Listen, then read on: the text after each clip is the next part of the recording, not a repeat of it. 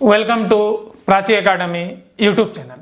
पिछले झारखंड जीएस के क्लास में हम लोग झारखंड के प्रमुख क्षेत्रीय राजवंश देख रहे थे, जिसमें हम लोगों ने छोटा नागपुर खास का नागवंश देखे, पलामू का रक्सेल वंश और चेरो वंश का स्टडी किए।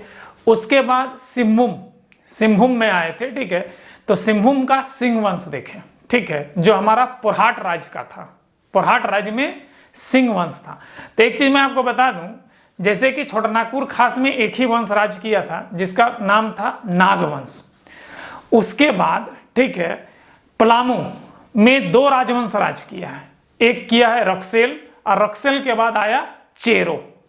अब उसके बाद हम लोग जमशेदपुर की तरफ चलते हैं। तो जमशेदपुर की तरफ अगर जाते हैं तो उधर ही हमारा पूर्वी सिंहभूम और पश्चिमी सिंहभूम है, ठीक है।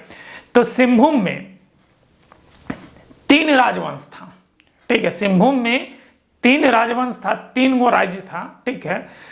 एक था पोरहाट राज्य, दूसरा था ये ढालभूम राज्य, और तीसरा था हमारा कोल्हान राज्य। तो सिंहभूम में जो पोरहाट राज्य था उसमें सिंह वंश का शासन था, और पोरहाट राज्य के अंतर्गत ही सरायकेला राज्य और खरसावां राज्य का निर्माण हुआ था, जिसका निर्माण विक्रम सिंह सरायकेला के किया था, और विक्रम सिंह का बेटा खरसावां राज्य का निर्माण किया था।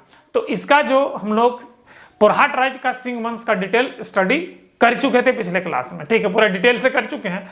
आज हम लोग जो देखेंगे वो सिंहभूम के ढाल वंश का, ये ढालभूम, सिंहभूम के ढालभूम का ढाल वंश। तो सिंहभूम में कितने राज्य थे? कितने राज्य थे? तीन राज्य थे। पहला राज्य पोरहाट, दूसरा ढालभूम, और तीसरा कोल्हान। पोरहाट के अंतर्गत ध्यान दीजिएगा, सब कोई सोचता है कि सरायकेला भी तो एक राज्य था, खरसावां भी तो एक राज्य था, लेकिन एक चीज याद रखिएगा, सरायकेला और खरसावां राज्य जो था वो पोरहाट के अंतर्गत, ठीक है। अर्जुन सिंह द्वितीय का चाचा विक्रम सिंह ने पहला पोरहाट के अंतर्गत सरायकेला राज्य बनाया, जो बाद में अलग हो गया। वह तो सिंह वंश की ही शाखा है। और विक्रम सिंह का बेटा, ठीक है, हमारा सरायकेला राज्य का निर्माण किया, ठीक है। तो अगर देखा जाए तो पोरहाट का तीन गो ब्रांच हो जाता है, ठीक है, पोरहाट, सरायकेला, खरसावां। तो ये हमारा सिंह वंश के अंतर्गत ही आता है, ठीक है। तो इसको पोरहाट का सिंह वंश कहते हैं, जो पिछले क्लास में देख चुके हैं। तो हमने बताया सिंहभूम में कितना राज्य था? तीन राज्य था। पहला पोरहाट देख चुके जो सिंह वंश था। आज हम दूसरा राज्य देखेंगे, ठीक है, वो ढालभूम का ढाल वंश, ढालभूम का ढाल वंश, ठीक है। तो ढाल वंश का जो स्थापना जो था, ठीक है, धोबी जनजाति किया था, जिसको हम लोग आज के डेट में धोबी कहते हैं। वही धोबी जनजाति ने जो है हमारा ढाल वंश का स्थापना किया था। तो ये जो ढाल वंश का जो स्थापना किया था, ये अंतरजातीय विवाह किया था, मतलब कि जात का धोबी था और ब्राह्मण कन्या से शादी किया था। मतलब जो पोरहाट राजा जो था वो ब्राह्मण कन्या से शादी किया था, मतलब अंतरजातीय विवाह, ठीक है। उसके बाद यही हमारा जो राजा बना, जो ब्राह्मण कन्या से शादी किया था, वही ढालभूम का क्या बना? राजा बना। ध्यान दीजिएगा, तो ढालभूम का जो स्थापना करने वाला राजा का विस्तृत जानकारी नहीं मिलता है, सिर्फ ये लिखित प्रमाण इसलिए मिलता है कि इसके काल में ही जो मिदनापुर रेजिडेंट से, ठीक है, फर्गुसन को जो है यहाँ पर आक्रमण किया था सिंहभूम में, तो उतना में ही उसका जिक्र मिलता है, नाम इसका नहीं मिलता है। तो ध्यान दीजिएगा, जनवरी 1767 ईस्वी में मिदनापुर रेजिमेंट से, ठीक है, मिदनापुर रेजिमेंट से फर्गुसन को सिंहभूम पर आक्रमण करने का जिम्मा सौंपा जाता है, ठीक है, आक्रमण करने का जिम्मा सौंपा जाता है। तो फर्गुसन जब मिदनापुर से झारखंड के सीमा पर आता है तो झाड़ग्राम आता है, झाड़ग्राम जो जमशेदपुर से थोड़ा सा आगे है झाड़ग्राम। और वहां झाड़ग्राम आने के बाद वहां के राजा से युद्ध करता है, झाड़ग्राम में पूरा तांडव मचाता है, पूरा मारकाट करता है ये, ठीक है। अब यहाँ का राजा में इतना डर भय बैठ गया कि फर्गुसन तो जो है बहुत क्रूर आदमी है, ठीक है। डर से, ठीक है, ये तो हमारा झाड़ग्राम का राजा हार जाता है, ठीक है।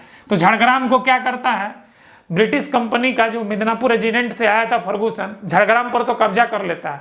और वहां का जो कत्लेआम को देख करके बाकी राजा डर गए, और रामगढ़ राजा, रामगढ़ का राजा, लालगढ़ का राजा और जामबनी का राजा, ठीक है, और सियालदा का राजा, 4 गो राजा डर से सरेंडर कर दिया और ब्रिटिश ईस्ट इंडिया कंपनी का अधीनता स्वीकार कर लेता है।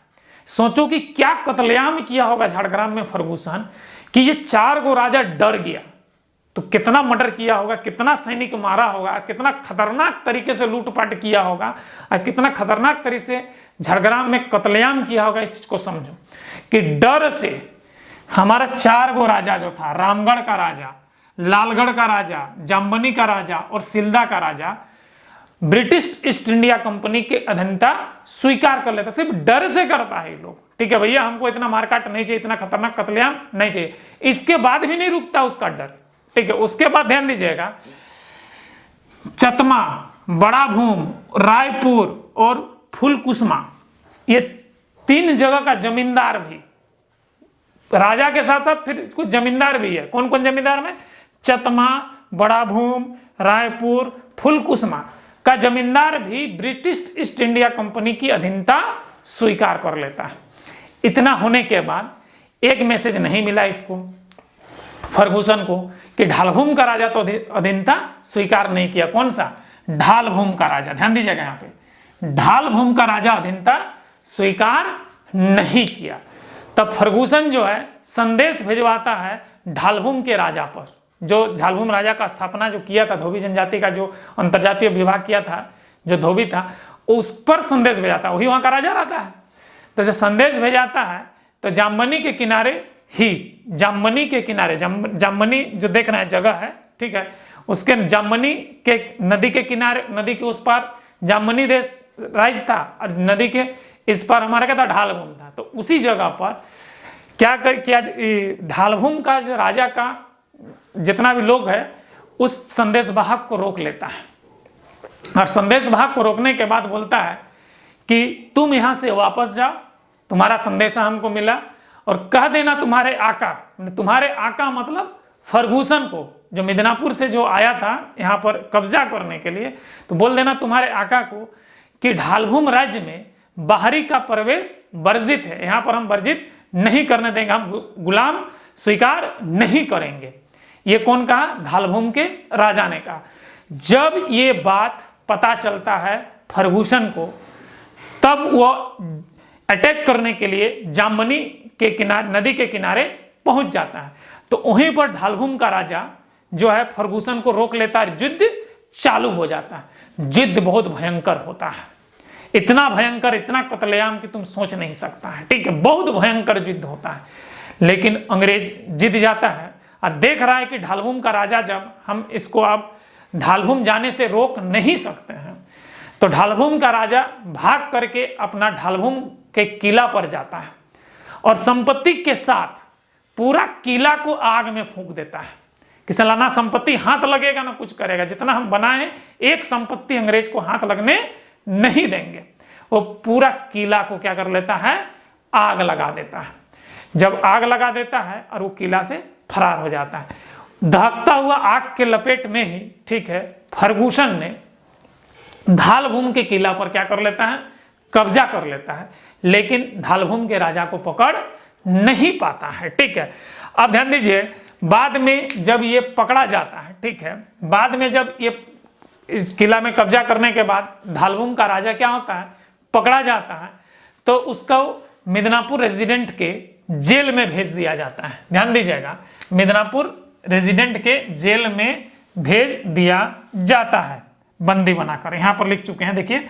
और ये जो कंपनी का कब्जा नहीं कर पाता है, जो 1767 में यहाँ पर आता है, हमने यहाँ पर बोला था कि ढालभूम के राजा को संदेश भेजवाया, देखिए ये सब भी बोल दिए हैं आपको, ठीक है। फर्गुसन और ढालभूम राजा के बीच जामबनी का युद्ध हुआ, पूछता है फर्गुसन और ढालभूम के राजा के साथ कौन सा युद्ध हुआ था? तो जामबनी नदी के किनारे, जामबनी राज्य के किनारे जामबनी नदी था और उसी किनारे ढालभूम पर इसका युद्ध हुआ था। देखा कि अंग्रेज को रोक पाना असंभव है, तो संपत्ति सहित किला को आग के हवाले कर दिया। इतना दूर तो आपको बता चुके हैं। लेकिन बाद में जब इसी आग के लपेट के साथ ही जब ये किला पर कब्जा कर लेता है, कौन? फर्गुसन, जो मिदनापुर रेजिडेंट से सिंहभूम पर कब्जा करने के लिए आया हुआ था, ठीक है। तो कब्जा करने के लिए आया हुआ था, तो उसे आग के लपेट में ही किला पर कब्जा करता है, राजा को कब्जा बंदी बना नहीं पाता है। ठीक है, जब बंदी बना नहीं पाता है, ठीक है, उसके बाद कुछ दिन के बाद फर्गुसन जो है, ठीक है, उस राजा को बंदी बना लेता है। तो मिदनापुर रेजिडेंट मैंने वेस्ट बंगाल, ठीक है, मिदनापुर रेजिडेंट में, ठीक है, उसको बंदी बनाकर मिदनापुर जेल भेज दिया जाता है। कहां पर भेजता है? मिदनापुर जेल भेज दिया जाता है। इसके बाद मेरे भाई, ठीक है, धालभूम के राजा का भतीजा जगन्नाथ ढाल, जगन्नाथ सिंह नहीं, वो सिंह वंश का, याद रखिएगा, बहुत विलासितार अय्याश राजा था जो राम शाह के दोनों बहनों से शादी किया था, वो जगन्नाथ सिंह की बात होती है। ठीक है, ये जगन्नाथ ढाल है ढालभूम का। ठीक है, तो ढालभूम का जो जगन्नाथ ढाल था, तो जगन्नाथ ढाल जो था ढालभूम के राजा का भतीजा था। जब राजा को जेल बनाकर, बंदी बनाकर मिदनापुर जेल भेज देता है, तो फर्गुसन जो है जगन्नाथ ढाल को क्या करता है? यहाँ का राजा बना देता है। तो ध्यान दीजिएगा, अगला राजा कौन हो गया? उसका भतीजा जगन्नाथ ढाल बना। राजा बनने के बाद कुछ दिन जगन्नाथ ढाल जो है शांतिपूर्वक शासन करता है। उसके बाद 1768 ईस्वी में जगन्नाथ ढाल जो है विद्रोह कर देता है। जगन्नाथ ढाल क्या कर देता है? विद्रोह कर देता है। तो इस विद्रोह को दमन करने के लिए कैप्टन रुक को भेजा जाता है। किसको भेजा जाता है? कैप्टन रुक को सैन्य अभियान करना पड़ता है। लेकिन इस सैन्य अभियान में जगन्नाथ ढाल पकड़ में नहीं आता है, तो उसके भाई नीमू ढाल को बंदी बना लेता है। उसके भाई नीमू ढाल को बंदी बना लेता है। अब ध्यान दीजिएगा, कैप्टन रुक देखो बंदी बना लेता है। अब इसका और विद्रोह होने लगता है जब वो जगन्नाथ ढाल को नहीं कैप्चर कर पाया, मैंने कि बंदी नहीं बना पाया, तो कैप्टन रुक के जगह पर, ठीक है, कैप्टन रुक के जगह पर कैप्टन चार्ल्स मॉर्गन को भेजा गया। किसको भेजा गया? कैप्टन चार्ल्स मॉर्गन को भेजा गया। तो कैप्टन चार्ल्स मॉर्गन जब यहां पर आया, तो उन्होंने ब्रिटिश कंपनी का नामित राजा, ठीक है, जब बहुत ज्यादा विद्रोह होने लगा तो क्या ब्रिटिश कंपनी का नामित राजा किसको बना दिया? नीमू ढाल को बना दिया। नामित राजा ब्रिटिश कंपनी जो है अपना राजा किसको बना दिया? नीमू ढाल को बना दिया। नीमू ढाल कौन था? जगन्नाथ ढाल का भाई था। ठीक है, अब देखो जगन्नाथ ढाल इसके बाद भी कस के विरोध करने लगा, विरोध रुका नहीं। तो उसी समय, ठीक है, पॉलिटिकल एजेंट, ठीक है, पॉलिटिकल अंग्रेज प्रमुख, ठीक है, अलेक्जेंडर हिगिन्सन्स को ने गवर्नर जनरल को लिखा, हिगिन्सन्स, ठीक है, अलेक्जेंडर हिगिन्सन्स जो है, जो एक पॉलिटिकल एजेंट था, जो अंग्रेज प्रमुख जो था, हमारा अंग्रेज प्रमुख अलेक्जेंडर हिगिन्सन ने गवर्नर जनरल, उस समय जो ब्रिटिश ईस्ट इंडिया कंपनी का गवर्नर जनरल कौन था? हमारा वारेन हेस्टिंग था। और याद रखिएगा, वारेन हेस्टिंग ही एकमात्र ऐसा गवर्नर जनरल है जिस पर भारत के किए गए कामों पर महाभियोग चला था, और 10 साल के बाद, ठीक है, इसको महाभियोग से मुक्त किया था और 10 दोष मुक्त पाया गया था। लेकिन हाँ, ये ब्रिटिश ईस्ट इंडिया कंपनी का एकमात्र गवर्नर जनरल है जिस पर भारत के कामों पर महाभियोग चला था। तो वही ब्रिटिश गवर्नर है हमारा कौन? Warren Hastings.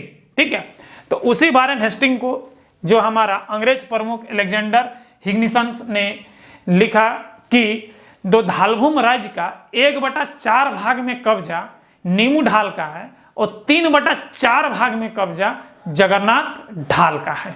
ठीक है, इसके बाद, ठीक है, जब ये लिखा तो अब विद्रोह तो ज्यादा होने लगा, तो थक हार कर ब्रिटिश ईस्ट इंडिया कंपनी, ठीक है, जो नामित राजा था नीमू ढाल, उसको हटा करके 1777 एडी में जगन्नाथ ढाल को, ठीक है, ढाल वंश का राजा मान लेता है कि चलो नीमू ढाल राजा नहीं रहेगा, तुम ही रहेगा। ये इतना उपद्रव मचा दिया क्योंकि जो ब्रिटिश जिस पे कब्जा करके रखा था वो भी क्षेत्र उसका जाने लगा था। ठीक है, जैसे कि नीमू ढाल को होता अपना ब्रिटिश ईस्ट इंडिया कंपनी क्या करते हैं, यहाँ का नामित राजा घोषित किया था कि ये मेरा ढालभूम का राजा होगा। तो उसके पास धीरे धीरे जो था हमारा जगन्नाथ ढाल युद्ध करते करते जो कब्जा करने लगा, तो ढालभूम का 3/4 भाग में जगन्नाथ ढाल अपना कब्जा रखा, 1/4 भाग में ही नीमू ढाल का कब्जा रहा। तो इसमें अब ब्रिटिश इंडिया कंपनी को क्या होने लगा? ब्रिटिश ईस्ट इंडिया कंपनी को घाटा होने लगा। तो उन्होंने बोला कि थक हार करके 1777 ईस्वी में, ठीक है, जगन्नाथ ढाल को ही ब्रिटिश ईस्ट इंडिया कंपनी अपना राजा मान लेता है। ठीक है, कुछ दिन तक शासन चलता है ऐसे ही। ठीक है, उसके बाद 1800 एडी में, ठीक है, 1800 एडी में British east India company Dhalbhum के राज्य पर 4267 रुपया का सालाना टैक्स लगा देता है, और वह टैक्स जगन्नाथ ढाल देने के लिए क्या हो जाता है, तैयार हो जाता है। और इस प्रकार सिंहभूम के ढालभूम पर भी अंग्रेज का कब्जा हो जाता है, और इसी प्रकार से ढालभूम का राज्य में जो राजवंश का शासन था वो लगभग समाप्त हो गया और ब्रिटिश ईस्ट इंडिया कंपनी का शासन आ गया। हम लोग अगले क्लास में अब देखेंगे सिंहभूम के कोल्हान राज्य, क्योंकि तीसरा राज्य है। पहला राज्य क्या था, सिंहभूम का पोरहाट राज्य था जिसमें सिंह वंश का शासन था। आज हम लोग देखें दूसरा राज्य सिंहभूम का ढालभूम राज्य में ढाल वंश का शासन था। अब जो है अगला राज्य जो देखेंगे कुल्हान राज्य देखेंगे, जिसमें हमारा हो वंश चलेगा। ठीक है, तो आशा करते हैं कि आज का क्लास आप लोगों को अच्छा लगा है। अगर अच्छा लगा है तो यहाँ पर एक लाइक बनता है, साथ ही साथ मेरा आने वाला वीडियो देखने के लिए इस चैनल को सब्सक्राइब कर लीजिए। आज के लिए इतना ही, बाय।